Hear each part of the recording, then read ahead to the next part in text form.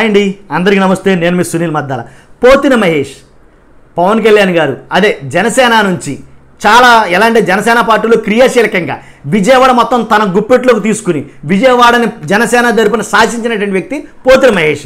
ఎలాంటి పోతిన మహేష్ కాదని, సీటు రాలేదని అండి నేను ఈ పార్టీలో ఉన్నానని చెప్పేసి వైసీపీలోకి చేరినటువంటి ఈ పోతిన మహేష్ కొన్ని సంచలనమైనటువంటి మాటలైతే మాట్లాడాడండి.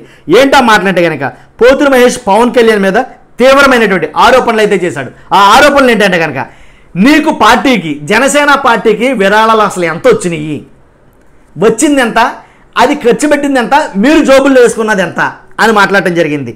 అంతేకాదు నీ బెనామీ ఆస్తులు అంటే పవన్ కళ్యాణ్ గారి బెనామీ ఆస్తులు ఎంతో నాకు తెలుసు, పవన్ కళ్యాణ్ గారి బెనామీలు ఎంతమందో నాకు తెలుసు, ఆ బెనామీలు ఎవరో నాకు తెలుసు, వాళ్ళ పేర్లు తెలుసు, ఒక్కొక్కటిగా నేను బయట పెడతా.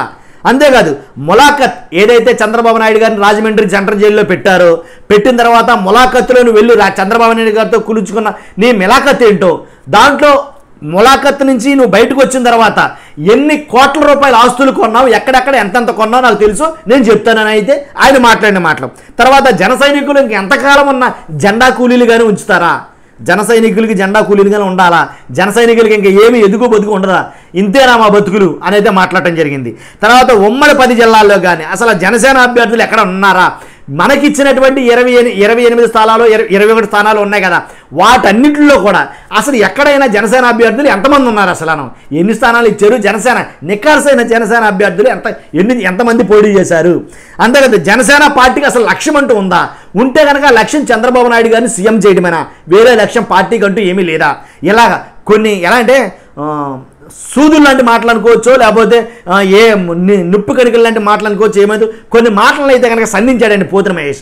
దాని మీద కౌంటర్లు ఇంకా ఏం రాలా, కాకపోతే దాన్ని ఎలా కౌంటర్ చేస్తారు ఏంటనేది మనం చూడాల్సిందే. ఈ మాటల మీద మీ అభిప్రాయం ఏంటో నేను తెలుసుకోవాలనుకున్నాను. ఆయన పోతిన మహేష్ మాట్లాడిన మాటల మీద మీ అభిప్రాయం ఏంటి, అసలు నిజంగా ఇవన్నీ వాస్తవాలేనా, అంటే పార్టీ విరాళాలు జనసేన తినేస్తుందా, లేకపోతే ములాఖత్ ఏదైతే రాజమండ్రిలో జరిగిందో ఆ ములాఖత్తులో ఏమన్నా డీల్ మాట్లాడుకున్నారా, ప్యాకేజీ ఏమన్నా తీసుకున్నాడా అని మాట్లాడిన మాటలకి అసలు అర్థం ఏమైనా ఉందా, లేదా వాస్తవం ఉందా లేకపోతే అవాస్తవమా అనేది మీ అభిప్రాయం తెలుసుకోవాలనుకున్నాను ఈ వీడియో ద్వారా. మర్చిపోకుండా ఖచ్చితంగా మీ అభిప్రాయం తెలియజేయండి. కొత్త వాళ్ళైతే ఖచ్చితంగా సబ్స్క్రైబ్ చేయండి, ముఖ్యంగా లైక్ చేయండి, వీడియోని కుదిరితే షేర్ చేయండి. Thank you very much.